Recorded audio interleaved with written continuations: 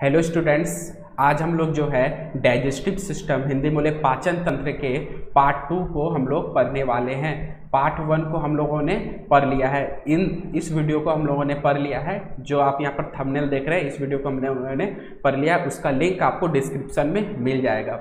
ठीक है, तो हम लोगों ने इसमें जो है डाइजेस्टिव सिस्टम में जो है माउथ को कंप्लीट कर लिया है। ठीक है, माउथ और बहुत सारे डिटेल हम लोग डाइजेस्टिव सिस्टम को समझे हैं। इस वीडियो में हम लोग फ्राइनेक्स, ओसोफेगस, स्टोमक, स्मॉल इंटेस्टाइन और लार्ज इंटेस्टाइन, ये सारी चीज़ों को समझेंगे। और डाइजेस्टिव एंजाइम कौन कौन से होते हैं, कहाँ से सेक्रेट होते हैं, खाना कहाँ कहाँ जाता है, उसको समझेंगे। ठीक है, माउथ का पार्ट हमने पढ़ लिया है, वो सिंपल है, आपको समझ आ जाएगा। ठीक है, उसका वीडियो आपको डिस्क्रिप्शन मिल जाएगा। इसको पढ़ने के बाद भी आप उसे पढ़ सकते हैं।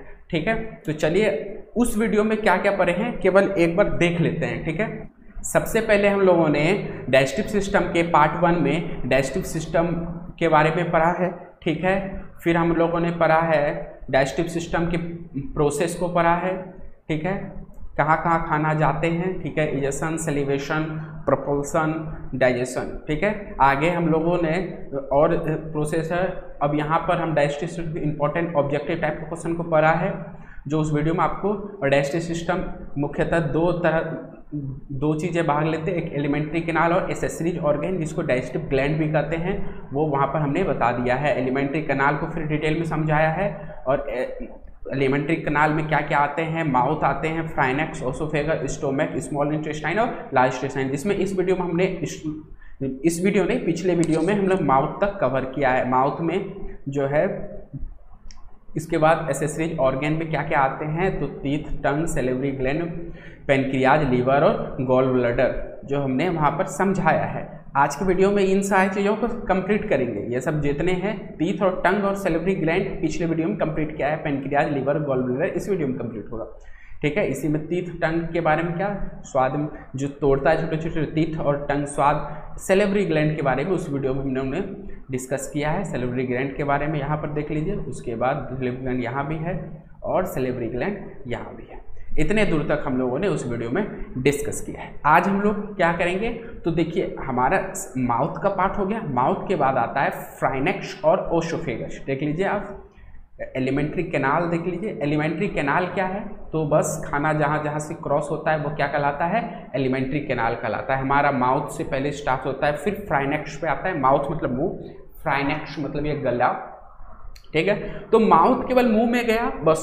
अब आज के वीडियो में हम लोग पूरे फ्राइनेक्स क्या होते हैं, pharynx, oesophagus, stomach, small intestine, large intestine, वहाँ पर कहाँ कहाँ क्या क्या पार्ट आते हैं वो सारे इस वीडियो में यानी समझ लीजिए वो बेस था। ठीक है, माउथ में गया, उसके बाद सैलिवरी ग्लैंड, उसको छोटे छोटे मुलायम कर दिया, दांत छोटे छोटे ब्रेक कर दिया, फिर आगे बढ़ा। आगे बढ़ने के बाद इस वीडियो में क्या क्या होगा देखेंगे। बहुत मज़ा आने वाला है, सारे डिटेल में समझ में आएगा।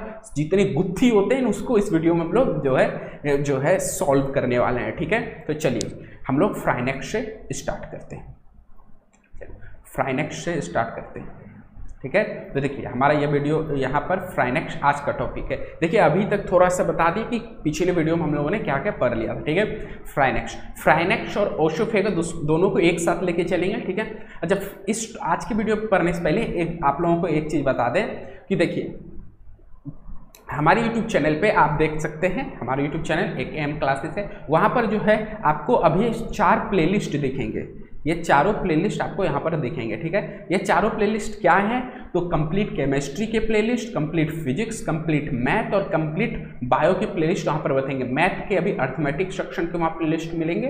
उसके बाद एडवांस भी कुछ दिन में प्लेलिस्ट आपको दिखने को मिलेंगे। तो आप कंप्लीट देखना चाहते हैं इस सारे प्लेलिस्ट को आप जो है फॉलो करते रहिए। 1 बाय 1 इस पे वीडियो आपको देखने को मिलेगा। चलिए आज के टॉपिक पर आते हैं।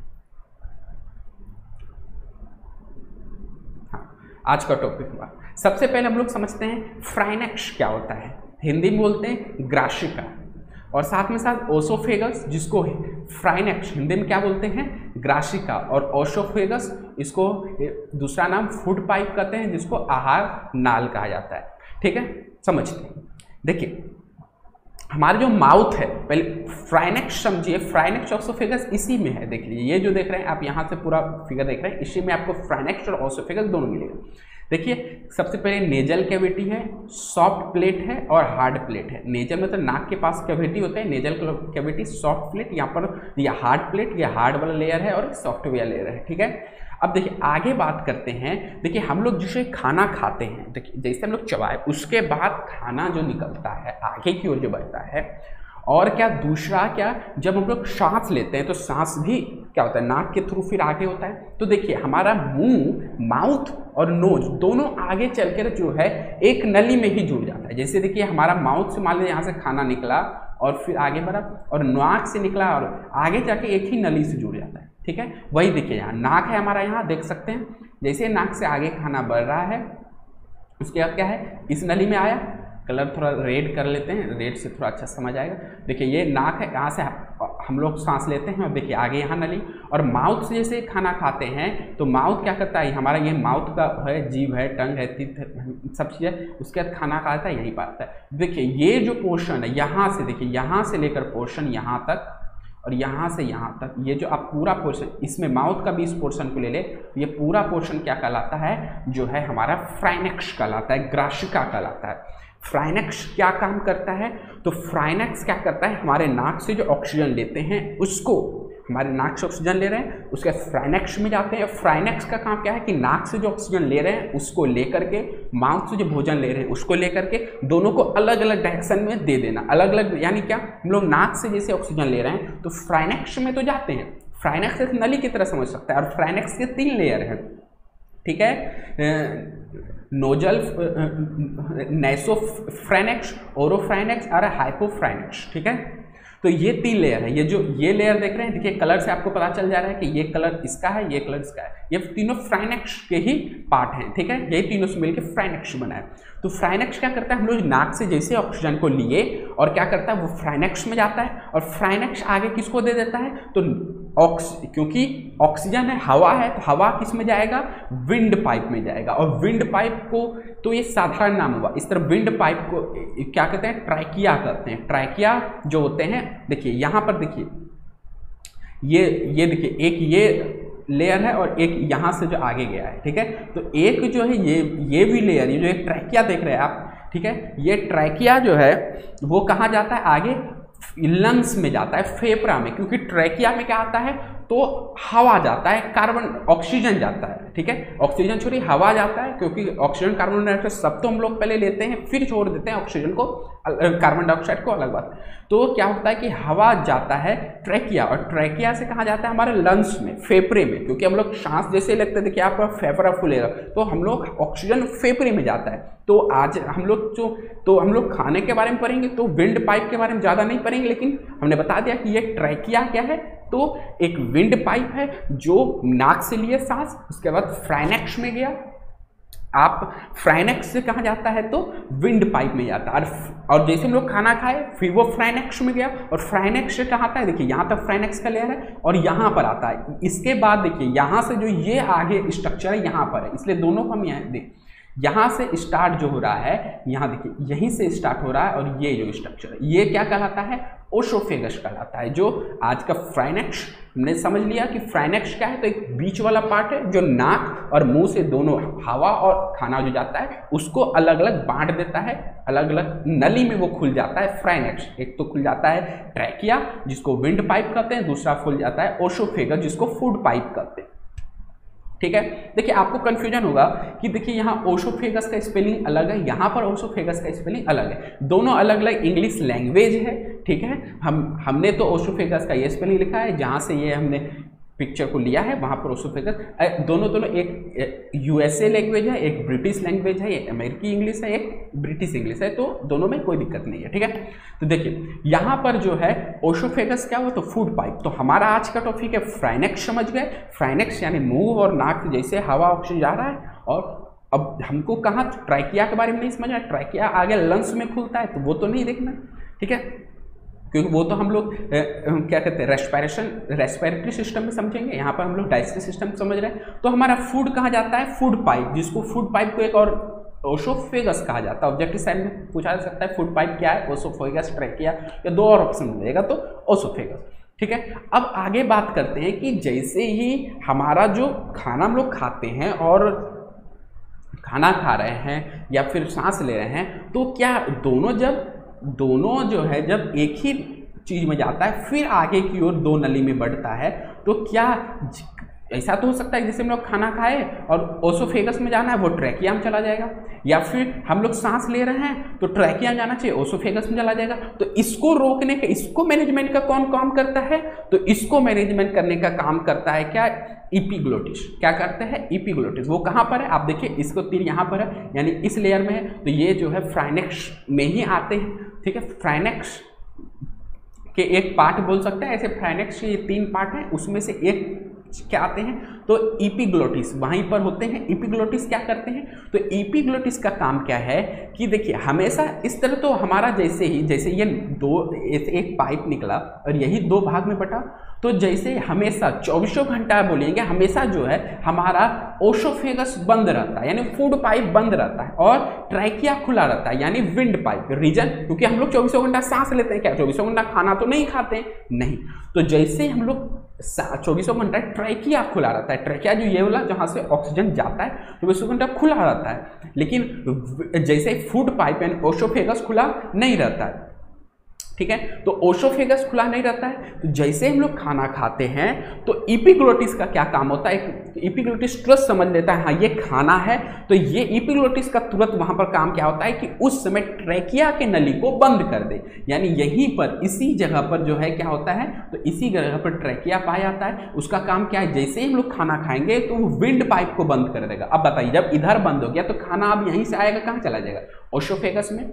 और देखिए तुरंत एपिग्लोटिस जैसे खाना क्रॉस करता है तुरंत फिर क्या करता है कि विंड पाइप को खोल देता है और ओसोफेगस को बंद कर देता है, क्योंकि सांस तो हमको चाहिए ही ना, इसीलिए बस जिस टाइम खाना क्रॉस कर रहा होता है उस समय ही केवल ट्रैकिया विंड पाइप हवा वाले पाइप को बंद करता है और ओसोफेगस को खोलता है। अब बोलेंगे उतने समय में हम लोग मर नहीं सकते, तो नहीं, उतना समय में जो है वो तो माइनर टाइम हुआ, उसमें हम लोग जो है सर्वाइव कर सकते हैं। तो जैसे हम लोग खाते हैं उसी टाइम केवल विंड पाइप को बंद किया और ओसोफेगस को खोला, फिर से ओसोफेगस को बंद करता है और विंड पाइप को खोलता है। इसी तरह से जो है एपिग्लोटिस का ये काम चलता है। ठीक है, अब देखिए विंड पाइप आगे लंग्स में खुलता है, विंड पाइप आगे लंग्स में, आपको यहाँ पर लंग्स का फिगर नहीं दिख रहा है, लंग्स इस तरह यहाँ पर होते हैं, देख लीजिए आप, इधर यहाँ पर और यहाँ पर क्या होते हैं? लंग्स होते हैं। ठीक है, तो लंग्स का यहाँ, क्योंकि हम लोग यहाँ पे डाइजेस्टिव सिस्टम को पढ़ रहे हैं। और अब फूड पाइप आगे क्या स्टोमक में खुलता है, आमाशय में खुलता है। देखिए यही जो है, देखिए ये जो है यहाँ से यहाँ तक इतना लंबा देख रहे हैं, वो क्या है? फूड पाइप है। यहीं पर आगे कहाँ खुल रहा है? तो स्टोमक में, आमाशय में, इसमें खुल रहा है। ठीक है, अब बात करते हैं कुछ फूड पाइप के बारे में। तो फूड पाइप जो होता है 23.27 सेंटीमीटर लॉन्ग होता है। अप्रॉक्स बोल सकते हैं कि फूड पाइप क्या होता है? 23.27 सेंटीमीटर लॉन्ग होता है। और ये फूड को क्या करता है? माउथ से लेता है और कहाँ पहुँचाता है? स्टोमक तक पहुँचाता है। इसका काम क्या हुआ? माउथ से ही ले रहा है, क्योंकि क्या होता है माउथ से जैसे हम खाना खाए ओसोफेगस में गया, ओसोफेगस से फिर क्या कहते हैं माउथ जैसे खाए फ्राइनेक्स और फिर ओसोफेगस में गया, तो फ्राइनेक्स फिर ओसोफेगस, यानी हम लोग बोल सकते हैं कि ओसोफेगस क्या करता है? माउथ से भोजन को लेता है और फिर किसको दे देता है? तो हमारे स्टोमक को दे देता है। चलिए आगे बात करते हैं। आगे हम लोग अब स्टोमक के बारे में समझते हैं, स्टोमक के बारे में, क्योंकि अब हमारा खाना ओसोफेगस से निकल गया, यानी फ्राइनेक्स को समझ लिए हम लोगों ने, ओसोफेगस को समझ लिया। अब हमारा खाना कहाँ पहुँचा? स्टोमक में। जैसे यहाँ पर जो ये लेयर था, यहाँ आता था, यही फ्राइनेक्स था, अब यहाँ हमारा खाना पहुँच गया तो जो है स्टोमक में पहुँच गया। स्टोमक में हमारा खाना क्या क्या होता है? तो देखिए स्टोमक जो होता है 25 सेंटीमीटर लॉन्ग होता है। स्टोमक कितना होता है? तो 25 सेंटीमीटर लंबा स्टोमक होता है। ठीक है, स्टोमक का नेचर कैसा होता है? तो एसिडिक होता है, यानी अम्लीय होता है, यानी हमारा स्टोमक जो है एसिडिक टाइप का होता है, अम्लीय टाइप का होता है। ठीक है, यानी उसमें एसिड पाया जाता है हमारे स्टोमक में। ठीक है, वो कहाँ से आता है, कैसे आता है, वो सारे आगे बताएंगे। और भोजन हमारा जो है 3 से 4 घंटा तक अप्रॉक्स जो है हमारा स्टोमक में, हमारे आमाशय में रहता है। ठीक है, अब समझते हैं, ये तो हो गया सिंपल बेसिक सारी चीज। अब हमारा स्टोमक क्या क्या काम करता है यहाँ पर? तो देखिए हमारा स्टोमक का ये तो ओवरव्यू हुआ। अब स्टोमक करता क्या है? तो स्टोमक हमारा जो होता है, हिंदी में बोलते हैं आमाशय, वो अमाशय क्या करता है, एक हार्मोन सेक्रेट करता है, एक हार्मोन स्रावित करता है, स्राव करता है, ठीक है। तो कौन सा हार्मोन, तो गैस्ट्रिक हार्मोन स्राव करता है। हमारे स्टोमक एक गैस्ट्रिक हार्मोन स्राव करता है। ऑब्जेक्टिव टाइप के लिए बहुत इंपॉर्टेंट है कि हार्मोन क्या करता है, गैस्ट्रिक हार्मोन का, स्टोमक गैस्ट्रिक हार्मोन का स्राव करता है, ठीक है। गैस्ट्रिक हार्मोन का काम क्या है, स्टोमक क्यों इसको स्राव करता है, क्योंकि गैस्ट्रिक हार्मोन क्या करता है, वापस स्टोमक को क्या करता है, वापस स्टोमक जो है उसको क्या करता है, गैस्ट्रिक हार्मोन वापस स्टोमक को क्या करता है, तो स्टोमक को स्टिमुलेट करता है। स्टिमुलेट मतलब क्या हुआ, उत्प्रेरित करता है।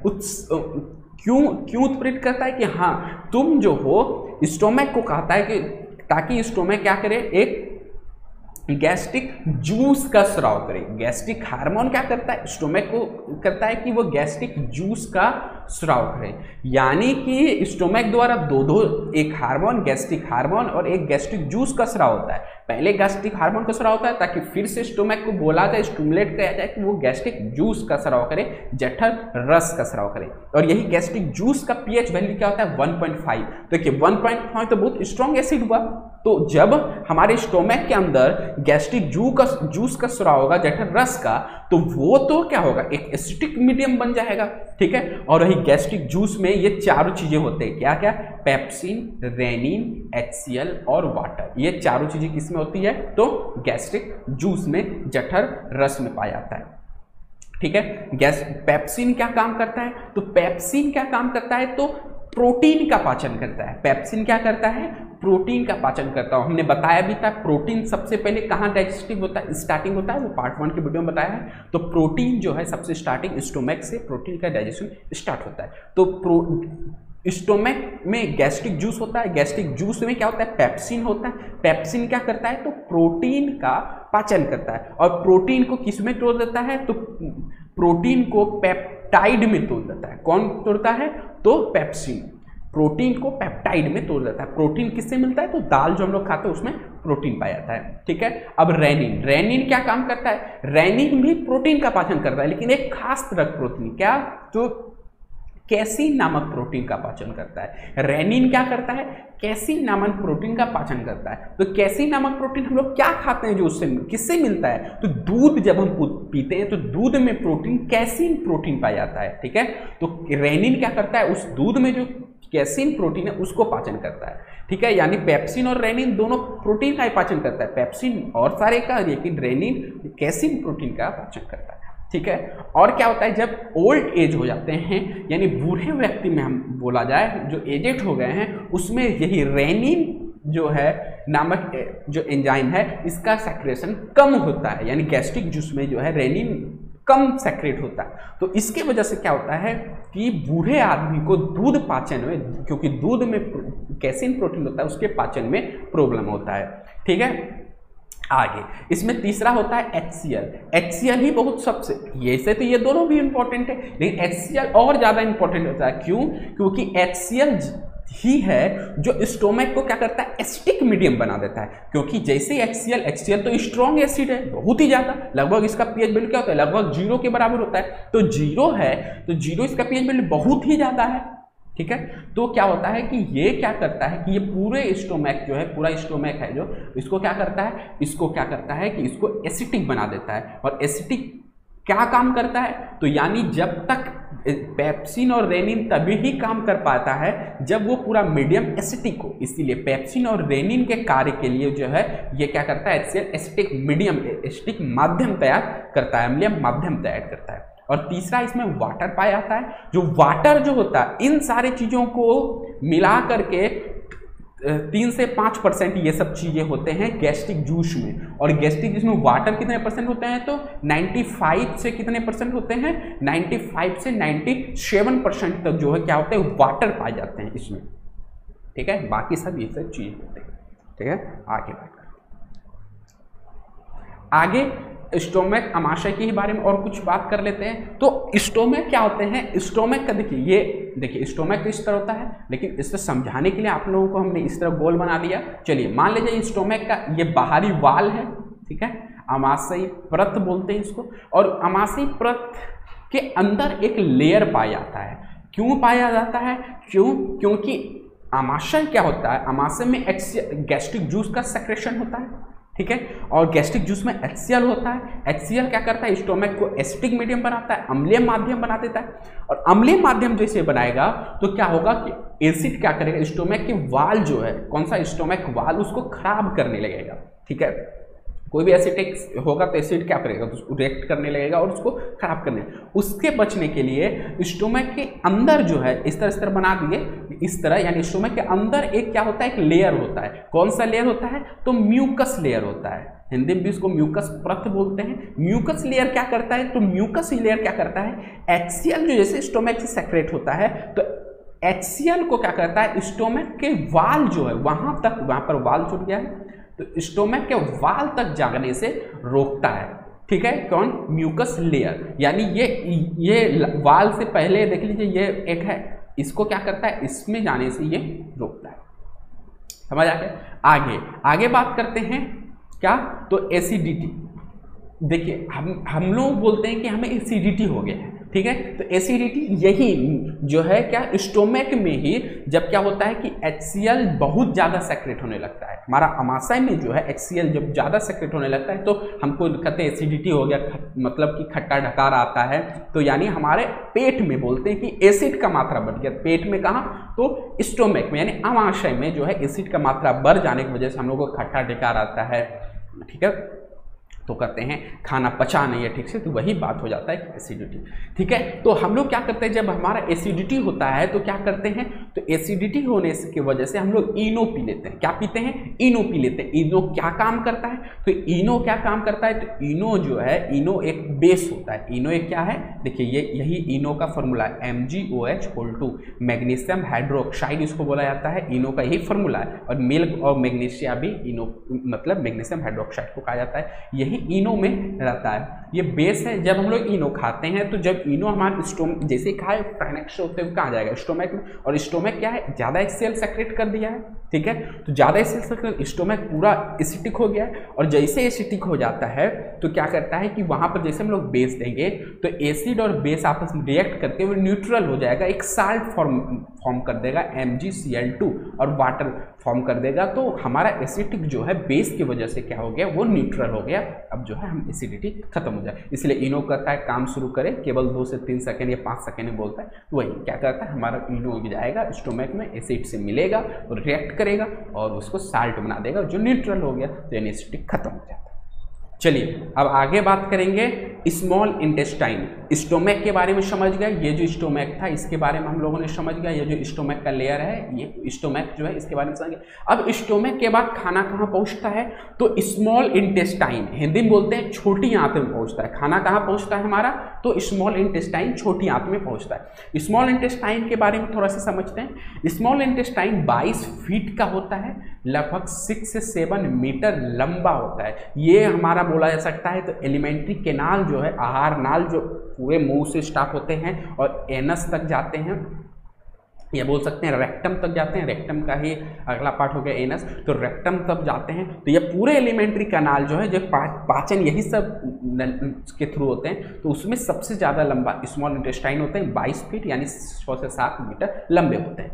यहाँ पर भोजन 3 से 4 घंटे तक रहता है, ठीक है, और क्या यहीं पर भोजन का संपूर्ण पाचन होता है, ठीक है। स्टोमक में भी लगभग 3 से 4 घंटा बोले, यहाँ भी 3 से 4, यानी स्टोमक से ज़्यादा देर तक यहाँ पर रहते हैं, ठीक है। तो अगर पूछा जाए कि स्टोमक में ज़्यादा भोजन देर तक रहता है या स्मॉल इंटेस्टाइन में, तो स्मॉल इंटेस्टाइन में ज़्यादा देर तक रहता है। क्यों, क्योंकि स्टोमक में केवल क्या हुआ था बताइए, प्रोटीन का केवल पाचन हुआ, प्रोटीन का केवल डाइजेशन हुआ था। अब स्मॉल इंटेस्टाइन में क्या होता है कि सारी चीज़ों का, प्रोटीन हुआ, फैट हुआ और क्या कहते हैं उसको, कार्बोहाइड्रेट, तीनों का डाइजेशन होता है। और पहले ही बता चुके हैं, वाटर हुआ, मिनरल्स हुआ या विटामिन, इसका डाइजेशन हमारे शरीर में नहीं होता है, केवल ये डाइजेशन में हेल्प करते हैं, ठीक है। तो स्मॉल इंटेस्टाइन का 3 लेयर होता है, डुडेनम, जुजेनम और इलियम। हिंदी में बोले तो ग्रहणी, मध्यांत्र और शेषांत्र। ग्रहणी और मध्यांत्र, तीनों का लेयर आपको दिखाते हैं। देखिए जैसे यहाँ से स्मॉल इंटेस्टाइन का स्टोमक जो है आगे बढ़ता है, तो आगे कहाँ जाता है, देखिए ये जो ग्रीन वाला पार्ट देख रहे हैं, ये ग्रीन वाला जो, और यहाँ भी येलो ब्लू टाइप का हुआ, ये पूरा पार्ट क्या है जो है, यहाँ देखिए ये वाला जो है, ये वाला पूरा पार्ट क्या है, तो ये वाला पूरा पार्ट है लार्ज इंटेस्टाइन, ये वाला पूरा पार्ट क्या है, लार्ज इंटेस्टाइन। देखिए अब बचा क्या, आप ही बताइए, ये बचा क्या। तो अब देखिए ये जो लाल टाइप का प्रोडक्ट देख रहे हैं, यही ये जो पूरा घुमा घुमा है यहाँ अंदर में जो पूरा है, इसको क्या कहते हैं, इसको कहते हैं स्मॉल इंटेस्टाइन। ये पूरा इतना घुमा है कि इतना 22 फीट लंबा होता है, ठीक है। तो हम लोग देखिए कितना होते हैं, 5-5.5 फीट होते हैं अप्रॉक्स, हम लोग 5.5 फीट होते हैं। सोच लिए हम लोगों से 4 गुना लंबा होता है, यानी हम लोग का हाइट 4 आदमी जोड़ दीजिए उतना लंबा हमारा स्मॉल इंटेस्टाइन था, बहुत घुमा होता है, ठीक है। अब बात करते हैं क्या, तो कौन कौन सा पार्ट, तो देखिए सबसे पहले पार्ट होता है डुडेनम।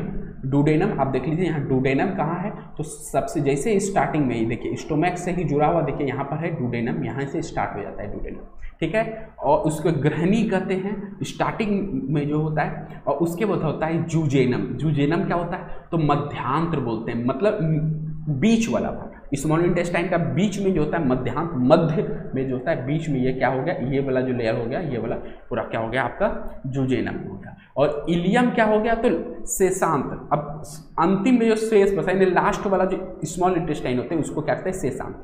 और इलियम ही क्या सीकम से जुड़े होते हैं। सीकम कौन सा, तो सीकम होता है लार्ज इंटेस्टाइन का सबसे पहला लेयर, यहीं पर देखिए ये क्या होता है, ये क्या इलियम, यानी ये इलियम क्या सीकम से जुड़ा होता है, सीकम सबसे पहला पार्ट होता है लार्ज इंटेस्टाइन का। चलिए अब डुडेनम, सबसे पहले डुडेनम के बारे में समझते हैं, स्मॉल इंटेस्टाइन के डुडेनम के बारे में। डुडेनम हिंदी में कहते हैं ग्रहणी, ठीक है। डुडेनम बहुत ही इंपॉर्टेंट है, क्योंकि डुडेनम में ही बहुत सारे हार्मोन सेक्रेट होते हैं, बहुत ही इंपॉर्टेंट है, हम बोलेंगे। अब अभी तक हमने जितने पार्ट को पढ़ा, डुडेनम सबसे इंपॉर्टेंट है। डुडेनम किसका पार्ट है, तो स्मॉल इंटेस्टाइन का पार्ट है। First small intestine, starting duodenum, फिर जूजेनम, फिर इलियम। डुडेनम के बारे में, डुडेनम में जो होता है 2 हार्मोन सेक्रेट होते हैं, ऐसे और भी हार्मोन सेक्रेट होते हैं, उसको आगे पढ़ेंगे। 2 हार्मोन अभी यहाँ पर समझते हैं सेक्रेट होते हैं। पहला सेक्रेटिन नामक हार्मोन, दूसरा हेपेटोक्राइनिन नामक हार्मोन सेक्रेट होते हैं। किसके द्वारा, तो डुडेनम में सेक्रेट होते हैं। कौन सा, तो डुडेनम के द्वारा, ऐसे बोलेंगे स्मॉल इंटेस्टाइन के द्वारा, और डिटेल में पूछा जाएगा तो स्मॉल इंटेस्टाइन के डुडेनम के द्वारा 2 जो है हार्मोन सेक्रेट होते हैं, ठीक है। एक होते हैं सेक्रेटिन और एक कहते हैं हेपेटोक्राइनिन नामक हार्मोन सेक्रेट होते हैं। ये दोनों हार्मोन क्या करते हैं, तो 1 बाय 1 समझते हैं। सेक्रेटिन नामक हार्मोन क्या करते हैं, वो स्टिमुलेट करते हैं, यानी उत्प्रेरित करते हैं, उत्तेजित करते हैं पेनक्रियाज को। और हेपेटोक्राइनिन नामक हार्मोन क्या करते हैं, लीवर को जो है क्या करते हैं, स्टिमुलेट करते हैं, उत्प्रेरित करते हैं, यानी लीवर का हिंदी हुआ यकृत और पेनक्रियाज का हिंदी हुआ अग्नाशय। अब देखिए लीवर और पेनक्रियाज कहाँ कहाँ होते हैं, देखिए यहाँ पर देख रहे हैं ये जो पोर्शन है, ये वाला पोर्शन जो आप देख रहे हैं, ये वाला पोर्शन, ये क्या है, हमारा लीवर है, देख लीजिए, उसको हमने फोटो में दिखाया हुआ है। और दूसरा क्या है, तो हमारा पेनक्रियाज। पेनक्रियाज कहाँ है, तो देखिए ये जो देख रहे हैं आप, देखिए यहाँ पर ये जो लेयर यहाँ पर देख रहे हैं आप, जो यहाँ पर है वो क्या है, हमारा पेनक्रियाज है, ठीक है।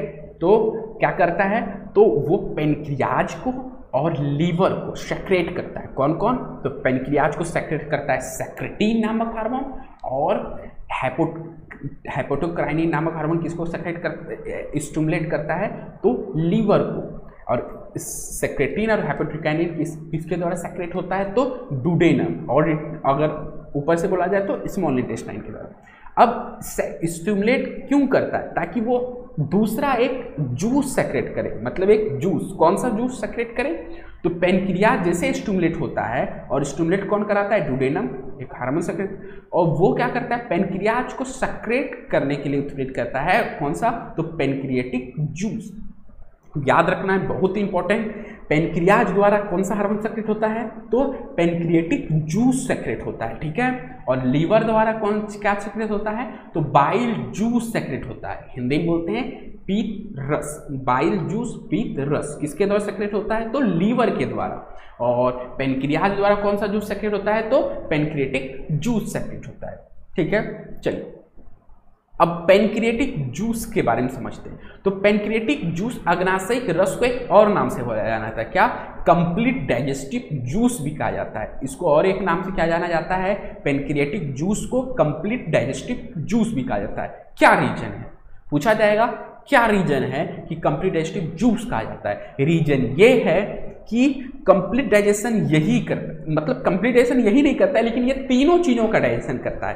कार्बोहाइड्रेट का भी करता है, फैट का भी करता है, प्रोटीन का भी करता है। तो देखिए तीनों कर रहा है, इसलिए इसको नाम दे दिया गया कंप्लीट डाइजेस्टिव जूस भी, ठीक है। और ये जो पेनक्रियाटिक जूस होते हैं उसका पीएच वैल्यू, क्योंकि ये बेस होते हैं, याद रखिएगा स्टोमैक ही है जो स्टोमैक, इसमें एसिटिक मीडियम होते हैं, बाकी इसका आगे यानी जो फ्राइनेक्स है या ओसोफेगस है, माउथ जो, और फिर यहाँ हमारा उसके बाद स्मॉल इंटेस्टाइन, लार्ज, कहीं भी एसिटिक मीडियम नहीं होते हैं, सब में बेस ही होते हैं, ठीक है।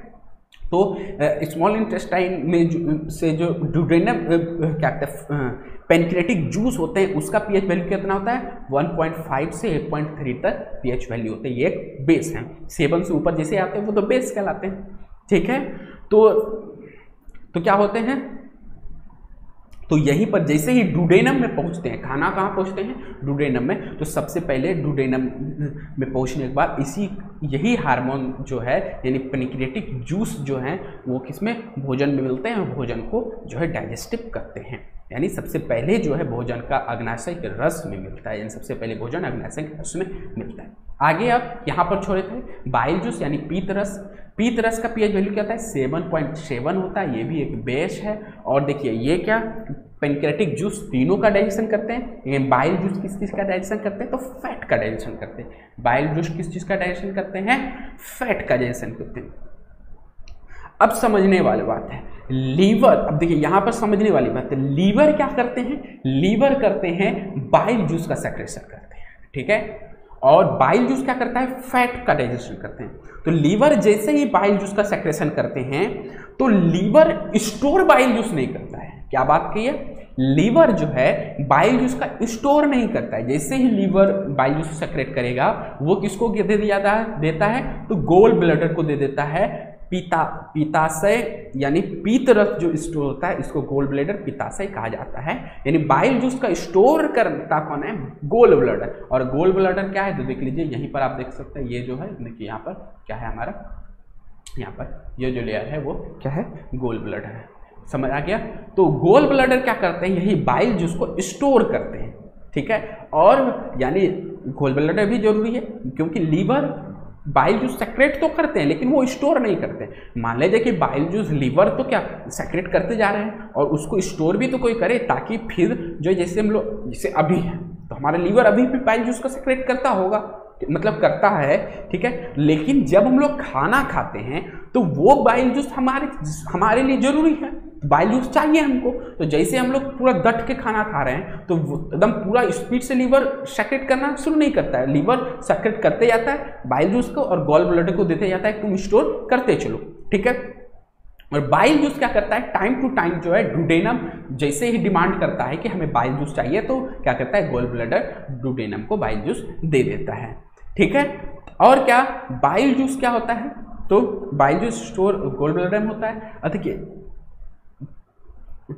बाइल मतलब गोल ब्लैडर में क्या होता है? गोल ब्लैडर जो होता है उसमें कभी कभी क्या होता है कि स्टोन हो जाता है। गोल ब्लैडर में क्या होता है? स्टोन हो जाता है। अब गोल ब्लैडर में कैसे स्टोन होता है, ठीक है, उसको यहाँ पर एक रीजन दे दिए हैं कि कैल्शियम ऑक्जिलेट की वजह से क्या होता है? गोल ब्लैडर में स्टोन हो जाते हैं। क्या चीज? गोल ब्लैडर में स्टोन हो जाते हैं। अब गोल ब्लैडर को थोड़ा सा समझ लेते हैं कि कैसे स्टोन होते हैं, क्या क्या प्रॉब्लम होता है और कैसे ठीक किया जा सकता है। गोल ब्लैडर में स्टोन हो जाते हैं, पत्थर हो जाते हैं कैल्शियम ऑक्जिलेट के कारण। देखिए कैल्शियम और ऑक्जेलिक एसिड मिलके कैल्शियम ऑक्जिलेट बनाते हैं और यही इसी की वजह से क्या होते हैं कि हमारा गोल ब्लैडर में स्टोन हो जाता है, पित्ताशय में स्टोन हो जाता है, ठीक है। और हम जैसे ही कैल्शियम ऑक्जिलेट ज़्यादा हो जाएगा तो गोल ब्लैडर में क्या होता है? स्टोन हो जाता है।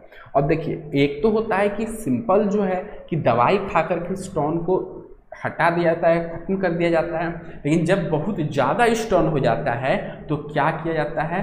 तो मजबूरन क्या किया जाता है कि डॉक्टर क्या करते हैं? गोल ब्लैडर को हटा देते हैं, ठीक है। देखिए गोल ब्लैडर का क्या काम था, बस गोल ब्लैडर का काम था कि लीवर बाइल जूस का सेक्रेट करेगा और गोल ब्लैडर स्टोर करेगा और गोल ब्लैडर वापस डुडेनम को दे देगा। यानी देखिए पहले हुआ लीवर बाइल जूस का सेक्रेट करेगा, फिर गोल ब्लैडर को दे देगा, ठीक है, और फिर गोल ब्लैडर डुडेनम को दे देगा। यही करता है ना, गोल ब्लैडर क्या करता है, डुडेनम को देता है। तो जैसे ही क्या करते हैं कि बाइल जूस में पत्थरी हो जाता है, पत्थर हो जाता है, तो क्या करते हैं, इसको हटा दिया जाता है। क्या क्या दिया जाता है, इसको जो है हटा दिया जाता है। और इसको हटाने के बाद क्या करते हैं कि डॉक्टर लीवर को डायरेक्ट डुडेनम से जोड़ देता है, ठीक है। डॉक्टर क्या करते हैं, डायरेक्ट जो है लीवर को डुडेनम से जोड़ देते हैं। अब इसका वजह से क्या होता है कि स्टोन जो थे वो तो खत्म हो गए, गोल ब्लैडर में ही थे, वो पूरा खत्म हो गए। लेकिन इसके वजह से क्या होता है, एक प्रॉब्लम आ जाता है। क्या प्रॉब्लम आएगा, तो बाइल जूस जो है सेक्रेट लीवर करता है, लेकिन स्टोर तो नहीं होता है, स्टोर तो नहीं हो रहा है। जैसे सेक्रेट किया, डुडेनम को दिया, और डुडेनम उस समय अगर खाना हम लोग खा ही नहीं रहे हैं, डुडेनम में खाना है ही नहीं, तो वो बाइल जूस का यूज नहीं करेगा, बाइल जूस इस तरह वेस्ट हो जाएगा, ठीक है। लेकिन जब हम लोग खाना पूरा खा लिए, अब लीवर तो तुरंत ना तो बाइल जूस सेक्रेट करेगा नहीं, तो यहाँ पर जो है लीवर बाइल जूस सेक्रेट नहीं किया और डुडेनम डिमांड कर रहा है कि बाइल जूस चाहिए और बाइल जूस नहीं मिलता है। तो यानी जब हमारा ये प्रॉब्लम हो जाता है कि गोल ब्लैडर खराब हो जाता है, तो क्या होता है कि फैट, क्योंकि बाइल जूस किसका डाइजेशन करता है, फैट का डाइजेशन करता है, तो फैट के डाइजेशन में प्रॉब्लम होता है। इसलिए जब गोल ब्लैडर इसका काट के निकाल दिया जाता है, तो कहा जाता है डॉक्टर द्वारा कि फैट कम से कम खाएं, फैट का सामान जो है ऑयली पदार्थ जो है कम से कम खाएं, ठीक है। अब बात करते हैं क्या ऑक्जेलिक मतलब क्या कहते हैं, ऑक्जेलिक एसिड। देखिए ऑक्जेलिक एसिड आया तो थोड़ा सा ऑक्जेलिक एसिड के बारे में बात कर लेते हैं कि ऑक्जेलिक एसिड का क्या यूज है। तो ऑक्जेलिक एसिड क्या होता है, तो एक एसिड है जो काम क्या आता है, तो कपड़े में जब दाग लग जाता है उसको छुड़ाने में ऑक्जेलिक एसिड का काम आता है। मिलता कहाँ पर है, सोर्स टमाटर, पालक और ब्रिंजल, हिंदी में बैगन, इसमें क्या होते हैं, तो जो है ऑक्जेलिक एसिड पाए जाते हैं। ऐसे ये दोनों चीज़ें इस सिलेबस इस टॉपिक का नहीं था, लेकिन ऑक्जेलिक एसिड आया तो थोड़ा मैंने बता दिया। चलिए अब आगे बात करें। आगे डुडेनम जो है, डुडेनम द्वारा एक और जो है जूस का सेक्रेट होता है, ठीक है। तो उसके बारे में समझते हैं। डुडेनम में पहले बता दिया कि दो है क्या थे, तो उधर सेक्रेटिन नामक हार्मोन थे, देख लीजिए यहाँ पर हमने आप लोगों को बताया था। डुडेनम के द्वारा वही बेस को सेक्रेटिन नामक हार्मोन सेक्रेट कर रहे थे और हेपेटोक्राइनिन नामक हार्मोन का सेक्रेट करते थे। तीसरा और सेक्रेट होता है, ठीक है, डुडेनम के द्वारा ही। देखिए डुडेनम ग्रहणी में डुडेनम के अंदर भी एक ग्लैंड पाए जाते हैं, डुडेनम के अंदर एक ग्लैंड पाए जाते हैं जिसको ब्रूनर्स ग्लैंड कहा जाता है। डुडेनम के अंदर एक ग्लैंड पाए जाते हैं, इसको ब्रूनर्स ग्लैंड कहा जाता है और ब्रूनर्स ग्लैंड के द्वारा सेक्रेट किया जाता है इंटेस्टाइन जूस, आंत्र रस, यानी डुडेनम में ही सेक्रेट होता है इंटेस्टाइन जूस, आंत्र रस। लेकिन डुडेनम के अंदर जो ग्लैंड होते हैं उसके द्वारा सेक्रेट किया जाता है, ब्रूनस ग्रंथि द्वारा सेक्रेट किया जाता है, ठीक है। इसलिए इसको मैंने थोड़ा सा बाद में बताया। उन दोनों डायरेक्ट डुडेनम के द्वारा सेक्रेट होता है, यहाँ डुडेनम में ब्रूनस ग्लैंड द्वारा इंटेस्टाइन जूस, आंत्र रस सेक्रेट होता है, ठीक है। आंत्र रस का क्या काम होता है, तो आंत्र रस लगभग डुडेनम द्वारा जो है ये बोला जाता है 24 घंटा, एक दिन में 6 से 7 लीटर आंतरस स्रावित हो जाता है, ठीक है। और इंटेस्टाइन जूस आंतरस का काम क्या है, तो वो कार्बोहाइड्रेट और प्रोटीन का पाचन करता है। क्या चीज़ का, कार्बोहाइड्रेट और प्रोटीन का पाचन कौन करता है, डुडेनम में जो ब्रूनर्स ग्लैंड है उसके द्वारा जो इंटेस्टाइन जूस निकलते वो किस कार्बोहाइड्रेट और प्रोटीन का पाचन करते हैं, ठीक है। चलिए अब आगे बढ़ते हैं। आगे डुडेनम हमने पढ़ लिया, अब जूजेनम पढ़ते हैं। डुडेनम क्या था, स्मॉल इंटेस्टाइन का फर्स्ट पार्ट था, अब सेकेंड क्या है, जूजेनम। जूजेनम का क्या है, जूजेनम का ऐसे खास कोई इंपॉर्टेंट काम नहीं है। जूजेनम एक पार्ट है बस। क्या जूजेनम क्या करता है कि देखिए डुडेनम द्वारा क्या हुआ, बहुत सारे हार्मोन सेक्रेट हुआ और लीवर, पेनक्रियाज, गोल ब्लड द्वारा जो हार्मोन सेक्रेट हुआ वो सब डुडेनम है, खुद डुडेनम सेक्रेट करता है। बहुत सारे लीवर, गोल ब्लैडर और पेनक्रियाज द्वारा सेक्रेट होता है, सब डुडेनम है। डुडेनम में खाने में मिलते हैं और डुडेनम से आगे कहाँ चले जाते हैं भोजन? जूजेनम में चले जाते हैं और जीजेनम में जा करके खाना रुकते हैं और क्या होते हैं? भोजन को आप डाइजेशन करते हैं। ठीक है, यानी डुडेनम में मिल गया सब एंजाइम, लेकिन जूजेनम में कोई एंजाइम आके नहीं मिलता है। डुडेनम में जो एंजाइम मिल गए खाना में, वही जूजेनम आके रुकता है और वहाँ पर डाइजेशन होता है। ठीक है, यानी जूजेनम में जाके सबसे ज़्यादा समय तक भोजन रहता है, डुडेनम में सबसे ज़्यादा समय तक भोजन रहता है, वहीं पर जो है डाइजेशन पूरे तरह से कंप्लीट हो जाता है। कहाँ? तो जूजेनम में। अगर बोला जाएगा कि हमारे शरीर में जो कहाँ पर डाइजेशन पूरी तरह से कंप्लीट होता है, तो स्मॉल इंटेस्टाइन, और स्मॉल इंटेस्टाइन के जूजेनम में जाके पूरे खाना कंप्लीट डाइजेशन हो गया, जूजेनम में हो गया। और इलियम में आके क्या होता है? तो इलियम में भी हम लोग बोलेंगे डाइजेशन होता है, लेकिन अब इलियम का काम क्या होता है? तो इलियम क्या करता है? इलियम में जो होता है, देखिए इलियम का, जैसे ये देखिए इलियम का जो नली है, पाइप है, उसकी में क्या होता है? एक फिंगर लाइक, देखिए इस तरह का, इस तरह का, इस तरह इस तरह इस तरह, देखिए यहाँ पर इधर और इधर दोनों तरफ जो है स्ट्रक्चर होता है। इसको विलाई कहते हैं, हिंदी में कहते हैं रसामकुर। विलाई का क्या काम होता है? तो विलाई क्या काम करता है कि विलाई जो, जैसे खाना इधर से जा रहा है, डाइजेस्टिव खाना हो गया, तो डाइजेशन कंप्लीट हो गया, तो डाइजेस्टिव खाना जो न्यूट्रिएंट्स होगा, मतलब डाइजेस्ट हो गया, उसका क्या कर एब्जॉर्ब करते हैं। जितने खाना डाइजेस्टिव फूड को क्या करते हैं? एब्जॉर्ब कर लेते हैं। ठीक है, कौन करते हैं? तो विलाई करते हैं। ठीक है, और उसके बाद क्या करते हैं? विलाई का दूसरा काम क्या है कि जैसे खाना को ले लिए, एब्जॉर्ब कर लिए, यानी सारा जितने भी अच्छे खाना थे जो उसमें डाइजेस्टिव हो गए, उसको ले लिए। अब वो खाना को कहाँ ले जाना है? हमारे शरीर के हर एक अंग तक ले जाना है, क्योंकि खाना के बाद इंजाइम बने, इंजाइम ताकत मिलेगा हमारे शरीर। हम लोग जैसे स्मॉल इंटेस्टाइन यहाँ पर पेट में, तो क्या हमारे हाथ को क्या खाना की जरूरत नहीं है? हमारे हाथ को ताकत का जरूरत नहीं है?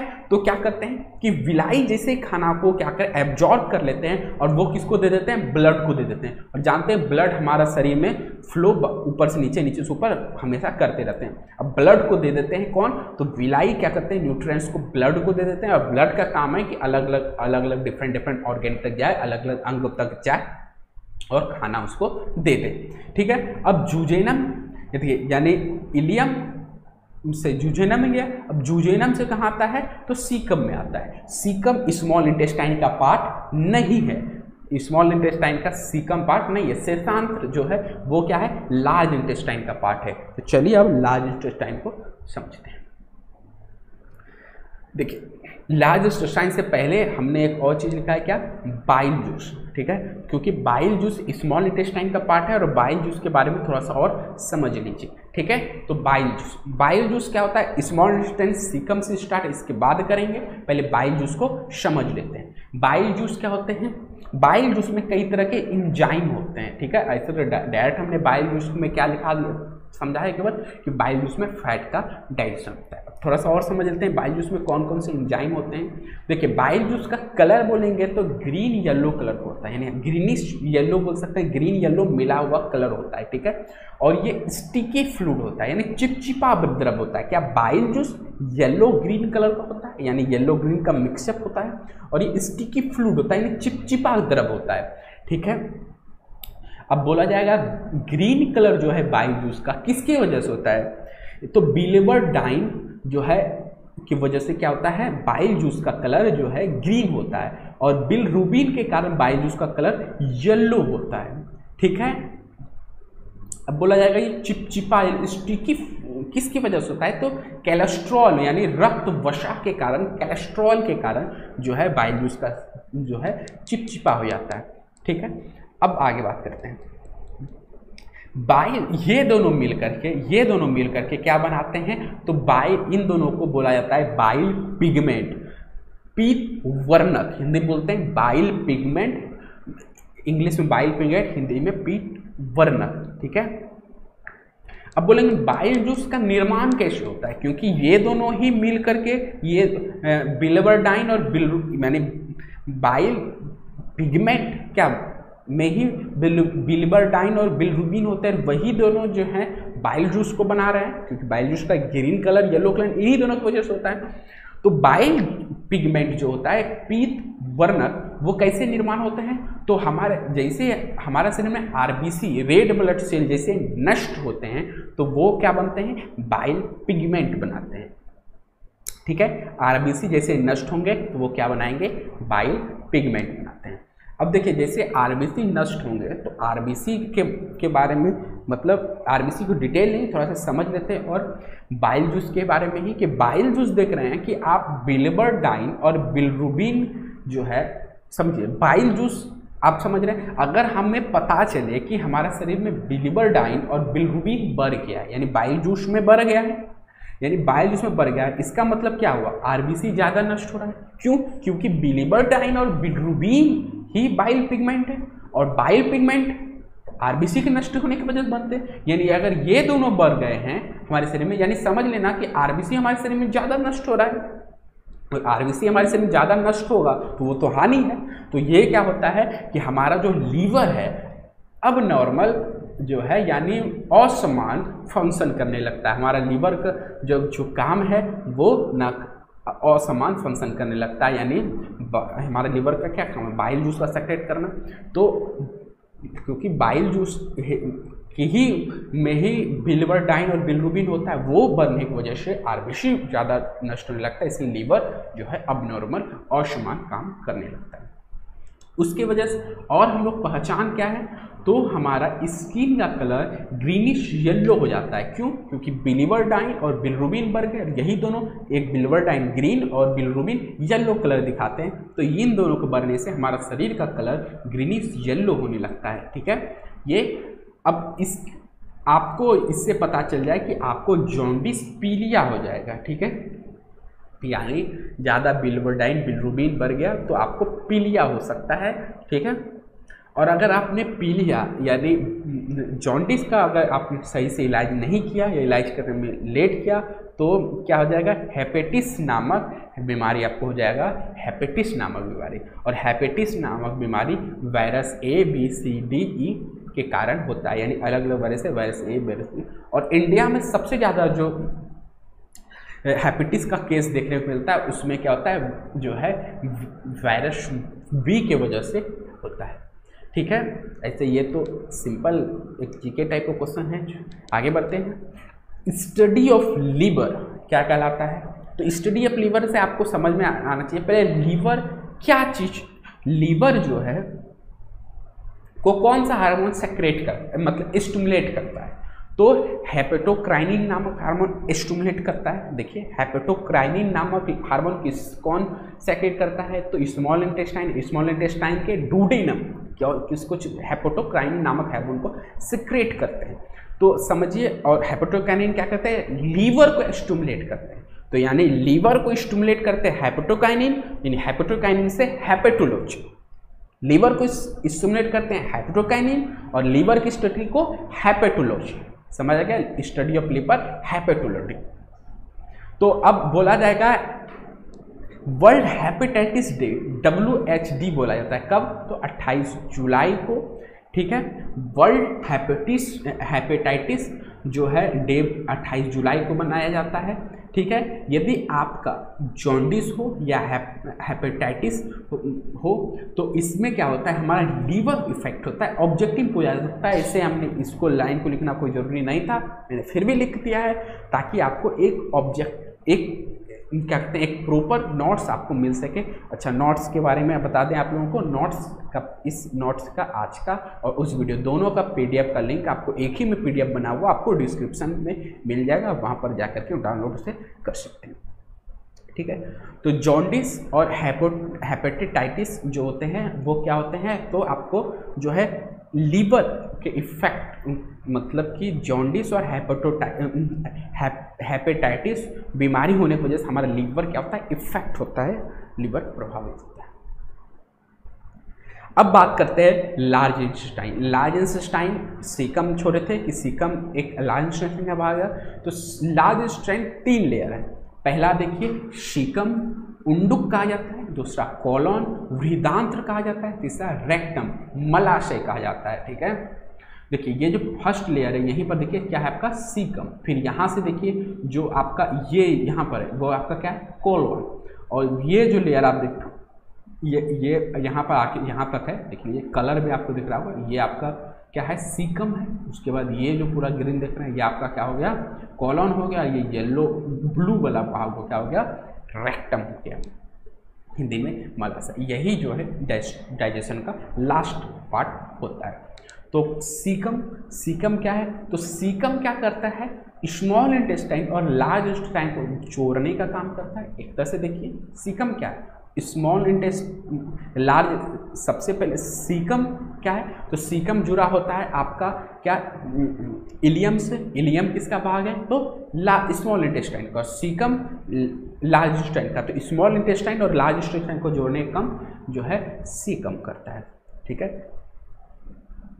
तो सीकम क्या है, तो सीकम में क्या होता है देखिए, अब यहाँ इलियम में क्या हुआ कि इलियम में ही सारे जितने भी डाइजेस्ट फूड है उसको एब्जॉर्ब कर लिया जाता है विलाई द्वारा, जो सीकम में पाए जाते हैं। और उसके बाद क्या होगा कि जैसे एब्जॉर्ब कर लिया वो पूरे शरीर में पहुंच गया। अब जो बचा यहाँ पर क्या बचा अनडाइजेस्टेड फूड, जो पचा नहीं, जो खराब वेस्ट पदार्थ है वो कहाँ पहुँचा, तो कहाँ पहुँचता है तो सीकम में पहुँचता। अनडाइजेस्टेड फूड कहाँ पहुँचता है, सीकम में पहुँचता है। और याद रखिएगा सीकम जो होता है वो शाकाहारी जंतु में, शाकाहारी प्राणी में ज़्यादा लंबा पाया जाता है। ठीक है, आगे क्या, सीकम से खाना कहाँ पहुँचता है कोलन में, सीकम से खाना कहाँ पहुँचेगा तो कोलन में, बृहदांत्र में पहुँचेगा। कोलन का क्या काम होता है, बस कोलन का काम होता है कि जो अनडाइजेस्टेड फूड है उसमें पानी तो होगा, पानी तो हमारे शरीर को जरूरत होता है, तो पानी क्या करता है, तो कोलन क्या करता है अनडाइजेस्टेड फूड को क्या करता है, जो है क्या करता है अनडाइजेस्टेड फूड में जो वाटर होगा उसको क्या करता है एब्जॉर्ब कर लेता है, यानी कोलन क्या करता है वाटर को एब्जॉर्ब कर लेता है। ठीक है, अब कोलन वाटर को एब्जॉर्ब तो किया लेकिन कोलन वाटर का यूज नहीं करता है, कोलन वाटर को किसको दे देता है तो ई कोलाई नामक बैक्टीरिया को दे देता है। ठीक है, कोलन क्या करता है ई कोलाई नामक बैक्टीरिया को दे देता है। अब ई कोलाई नामक बैक्टीरिया हमारे लिए यूजफुल है क्योंकि कोलन जैसे ई कोलाई बैक्टीरिया को वाटर दे देता है और वाटर ई कोलाई बैक्टीरिया को मिल गया, तो ई कोलाई बैक्टीरिया बदले में बोल सकते हैं या ई कोलाई बैक्टीरिया क्या करता है कोलन में किसी भी डिजीज ना हो, कोई भी बीमारी ना हो, उसमें उसको सहायता देता है। ठीक है, यानी एक तरह से दोस्ती वाला बात हो गया, कोलन इसको वाटर देगा और ये उसको क्या करेगा कि डिजीज कोई भी बीमारी से प्रोटेक्ट करता है। ठीक है, अब देखिए कोलन में जो है, कोलन में क्या होता है जो अनडाइजेस्टेड फूड था उससे वाटर एब्जॉर्ब कर लिया। अब क्या बचा, केवल अनडाइजेस्टेड फूड बचा जो आ जाता है रेक्टम में, और रेक्टम के द्वारा क्या होता है इंजेक्शन हो जाता है अनडाइजेस्टेड फूड का, या अनडाइजेस्टेड फूड को ही टॉक्सिन कहते हैं। टॉक्सिन जो है वो कहाँ अनडाइजेस्टेड रेक्टम द्वारा बाहर निकल जाता है। रेक्टम के क्या एक एनस, रेक्टम का एक भाग है क्या एनस, एनस के द्वारा क्या होता है कि गुदा द्वार के द्वारा खाना जो है हमारे अनडाइजेस्टेड फूड है वो बाहर की ओर निकल जाता है। ये हमारा लार्ज इंटेस्टाइन का जो है अंतिम था। अब देखिए हमारा डाइजेस्टिव पूरा तरह से खत्म हो गया, लार्ज इंटेस्टाइन तक बता दिए, पूरा खत्म हो गया। अब थोड़ा सा डाइजेस्टिव एंजाइम को समझ लेते हैं। ऐसे डाइजेस्टिव एंजाइम बीच में हमने आपको बताया था कि कौन कौन सा डाइजेस्टिव एंजाइम कहाँ से सेक्रेट हो रहा है। थोड़ा सा डिटेल में समझ लेते हैं कौन कौन से डाइजेस्टिव एंजाइम हैं, क्या क्या काम करते हैं। देखिए आप अगर डाइजेस्टिव एंजाइम को नहीं समझना चाहते हैं तो आप जो है वहीं तक समझ सकते हैं।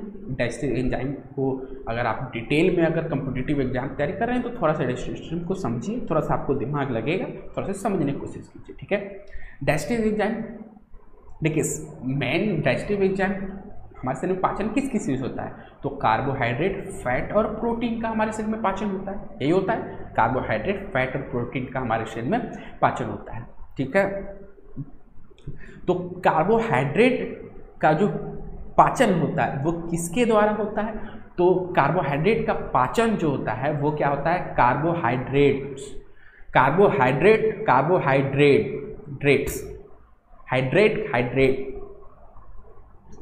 के मतलब कार्बोहाइड्रेट का पाचन करता है।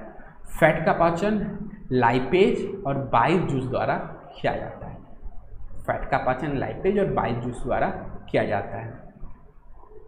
प्रोटीन का पाचन प्रोटीनेज द्वारा किया जाता है। ये हाइड्रेट्स और प्रोटीनेज, इसमें भी बहुत सारे इसके अंदर एंजाइम होते हैं, ठीक है।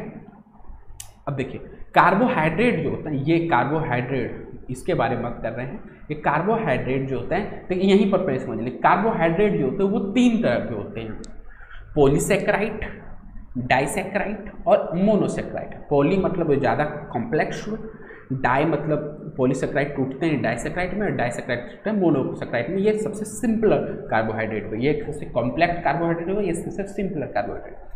तो कार्बोहाइड्रेट क्या होगा, तो कार्बोहाइड्रेट यहाँ समझ गए। तो अब कार्बोहाइड्रेट में क्या होते हैं कि पॉलीसेक्राइड कार्बोहाइड्रेट जो होते हैं वो 3 हैं। कौन कौन सा, तो स्टार्च, ग्लाइकोजेन और सेल्यूलोज। पॉलीसेक्राइड 3 नहीं है, पॉलीसेक्राइड और सारे भी हैं, लेकिन यहाँ पर 3 के बारे में समझते हैं थोड़ा सा, ठीक है। तो स्टार्च, ठीक है, स्टार्च एक पॉलीसेक्राइड है, ठीक है, पॉलीसेक्राइड है। और स्टार्च का डाइजेशन किसके द्वारा होता है, तो स्टार्च टूटकर डाइसेक्राइड में, माने पॉलीसेक्राइड स्टार्च हुए वो टूटते हैं डाइसेक्राइड में, किसके द्वारा, तो टाइलिन नामक एंजाइम के द्वारा। टाइलिन कहाँ पाए जाते हैं, तो हमारे स्लेवा में यानी लार में पाए जाते हैं, ठीक है। और स्लेवा किसके द्वारा सेक्रेट होता है, तो स्लेवरी ग्लैंड द्वारा सेक्रेट किया जाता है। और स्लेवा में टाइलिन होता है जो क्या करते हैं, स्टार्च का, हमारे लार का सेक्रेट, मतलब हमारे लार को पॉलीकार्बोनेट से स्टार्च को पॉलीसेक्राइड से डाइसेक्राइड में बदल देते हैं। अब आगे बात करते हैं ग्लाइकोजेन। ग्लाइकोजेन जो है एक पॉलीसेक्राइड है जो हमें किससे मिलते हैं, तो हम लोग जब फिश खाते हैं, मटन खाते हैं, मीट खाते हैं, चिकन खाते हैं, तो इसमें जो हमें कार्बोहाइड्रेट मिलते हैं वो ग्लाइकोजेन कहलाते हैं, ठीक है। ग्लाइकोजेन किसके द्वारा, किस एंजाइम के द्वारा ग्लाइकोजेन टूटते हैं और डाइसेक्राइड में बदलेंगे, तो एमाइलेज। और एमाइलेज कहाँ, तो पेनक्रियाज, ये जो पेनक्रियाटिक जूस होते हैं उसमें कहाँ होते हैं, एमाइलेज, ठीक है। पेनक्रियाज द्वारा सेक्रेट होते हैं एमाइलेज, वो क्या करते हैं, ग्लाइकोजेन को तोड़ते हैं और डाइसेक्राइड में बदल देते हैं, ठीक है। अब आगे सेलुलोज के बारे में यहाँ पर हम नहीं डिटेल में समझाएंगे, क्यों, क्योंकि सेलुलोज हमारे शरीर में सेलुलोज जो पॉलीसेक्राइड सेलुलोज जो हैं वो नहीं होते हैं, क्योंकि सेलुलोज उसी में होते हैं जो जानवर जो है घास भूस खाते हैं, उसमें क्या होते हैं, सेलुलोज होते हैं, घास भूस में सेलुलोज होते हैं, जो इसके लिए सेलुलोज को तोड़ना होता है। हम लोग डाइजेशन इन ह्यूमन पढ़ रहे हैं, इसलिए सेलुलोज को उस समय पढ़ेंगे जब डाइजेशन इन एनिमल पढ़ेंगे, ठीक है। अब क्या है, डाइसेक्राइड टूट गया, डाइसेक्राइड में बदल गया। अब डाइसेक्राइड को किस में बदलना है, मोनोसेक्राइड में बदलना है। तो डाइसेक्राइड कौन कौन सा है, तो माल्टोज, सुक्रोज और लैक्टोज। माल्टोज, सुक्रोज और लैक्टोज क्या है, तो जो है डाइसेक्राइड है, उसको बदल दिया जाता है मोनोसेक्राइड में। अब मोनोसेक्राइड में बदलते हैं तो कौन बदलता है, तो माल्टोज को बदलते हैं मोनोसेक्राइड में, सुक्रोज को बदलते हैं, और लैक्टोज को बदलते हैं इसमें मोनोसेक्राइड में। माल्टेज, सुक्रोज और लैक्टेज कहाँ पाया जाता है, तो इंटेस्टाइन जूस, जिसको आंतर रस बोलते हैं, उसमें पाए जाते हैं माल्टेज, सुक्रोज और लैक्टोज। देखिए इंटेस्टाइन जूस ही केवल वहाँ पर बताए थे, ठीक है। अब यहाँ पर डिटेल में इंटेस्टाइन जूस में माल्टेज, सुक्रेज और लैक्टेज होता है, जो माल्टोज, सुक्रोज और लैक्टोज को डाइजेस्ट करता है, यानी ये तीनों डाइसेक्राइड कार्बोहाइड्रेट उसको मोनोसेक्राइड कार्बोहाइड्रेट में बदल दिया जाता है। और इंटेस्टाइन जूस किसके द्वारा सेक्रेट होता है, तो स्मॉल इंटेस्टाइन द्वारा सेक्रेट होता है, और स्मॉल इंटेस्टाइन के डुडेनम द्वारा जो है सेक्रेट होता है, ठीक है। चलिए अब आगे देखिए, डाइसेक्राइड कौन कौन से हुए, तो माल्टोज, सुक्रोज और लैक्टोज, ठीक है। वो टूटते हैं किसके वजह से, तो माल्टेज, सुक्रेज और लैक्टेज, और जो क्या होते हैं, तो इंटेस्टाइन जूस में पाए जाते हैं। माल्टोज किसमें टूटते हैं, क्योंकि माल्टोज डाइसेक्राइड कार्बोहाइड्रेट, वो टूटते हैं मोनोसेक्राइड कार्बोहाइड्रेट, किस में टूटेंगे, तो माल्टेज जो है ग्लूकोज और ग्लूकोज में टूटते हैं, ठीक है। माल्टोज क्या करते हैं, ग्लूकोज और ग्लूकोज में टूटते हैं, यानी टूटते भी हैं तो ग्लूकोज ग्लूकोज में ही बदल जाते हैं। सुक्रेज नामक एंजाइम के द्वारा टूटते हैं तो सुक्रोज किस में बदल जाते हैं, तो ग्लूकोज और फ्रुक्टोज में बदल जाते हैं। और लैक्टोज टूटते हैं किसमें, लैक्टोज टूटते हैं ग्लूकोज और गैलेक्टोज में टूटते हैं। ठीक है, लैक्टोज ग्लूकोज और गैलेक्टोज में टूटते हैं। ठीक है, देखिए आगे फ्रुक्टोज और ग्लूकोज का फॉर्मूला पूछा जाए तो सेम होता है C6H12O6। ठीक है, और सुक्रोज का फॉर्मूला C12H22O11 होता है। आप बोलेंगे लैक्टोज का नहीं बताया, इसका नहीं बताया, इसका नहीं बताया, तो जो है सारे का फॉर्मूला यहाँ पर हम केमिस्ट्री का नहीं अभी पढ़ा रहे हैं, क्योंकि अगर हमने देखा कि उन सब का फॉर्मूला लिख रहे हैं तो कुछ ज़्यादा हो जा रहा है, इसलिए हमने इन दोनों का लिख चुका था, इसलिए हमने आगे नहीं लिखा। उसको उस में पढ़ाएंगे, क्योंकि डाइजेस्टिव सिस्टम खुद देखिए कितना बड़ा हो जा रहा है, तो इतना पढ़ाना फिर मुसीबत हो, मतलब मुसीबत तो नहीं, यानी टाइम बहुत ज़्यादा लगेगा। ठीक है, आगे तुम लोग पढ़ें। ठीक है, आगे अब प्रोटीन के बारे में। प्रोटीन, क्योंकि देखिए यहाँ पर हमने जो है यहाँ पर कार्बोहाइड्रेट और फैट के बारे में समझ गए। ठीक है, कार्बोहाइड्रेट और फैट के बारे में कि इसमें ये हो गए। अब तो फैट के बारे में भी नहीं समझ गया है, फैट के बारे में आपको हम बता देते हैं। ठीक है, फैट के बारे में, फैट जो है लाइपेज या और बाइल जूस द्वारा जो है क्या होते हैं, फैट का जो है टूटते हैं। और ठीक है, तो बाइल जूस में क्या होता है, बाइल जूस पेनक्रियाटिक जूस होते हैं, पेनक्रियाटिक जूस में होते हैं बाइल जूस पाए जाते हैं, और वो पेनक्रियाज द्वारा सेक्रेट होते हैं। बस इतने हैं, उससे आगे बात इसमें नहीं है। अब हम प्रोटीन, जिसको प्रोटीनेज द्वारा जो है प्रोटीन का पाचन होता है, तो प्रोटीन किस किस में टूटते हैं ये देखते हैं। प्रोटीन जो है, प्रोटीन एक तो पहले पेप्टाइड में टूटते हैं, जो हमने पहले ही बता दिया था, पेप्सिन और रेनिन द्वारा ये टूटता है। ठीक है, जब प्रोटीन पेप्टाइड में टूटते हैं, जो पेप्सिन और रेनिन में द्वारा होते हैं। पेप्सिन रेनिन क्या है, एंजाइम है जो स्टोमक द्वारा सेक्रेट होते हैं, स्टोमक के गैस्ट्रिक जूस में ये पाए जाते हैं। ठीक है, मैंने पहले ही बता दिया है, आप देख सकते हैं स्टोमक टॉपिक में आप जा करके। ठीक है, इसी वीडियो में पेप्टाइड, अब देखिए प्रोटीन पेप्टाइड में टूटे, पेप्टाइड पेप्टोन में टूटते हैं। ठीक है, और ये ट्रिप्सिन और क्राइमोट्रिप्सिन एंजाइम द्वारा जो है क्या होते हैं, पेप्टाइड पेप्टोन में टूटते हैं, ट्रिप्सिन और क्राइमोट्रिप्सिन द्वारा। ये दोनों एंजाइम कहाँ किसमें पाए जाते हैं, तो पेनक्रियाटिक जूस में होते हैं, जो पेनक्रियाज द्वारा सेक्रेट होते हैं। ठीक है, पेप्टोन में बदल के, अब पेप्टोन किस में बदल जाते हैं, तो पेप्टोन बदल जाते हैं एमिनो एसिड में, किसके द्वारा, तो इरिप्सिन नामक एंजाइम। और इरिप्सिन क्या होते हैं, तो इंटेस्टाइन जूस में होते हैं।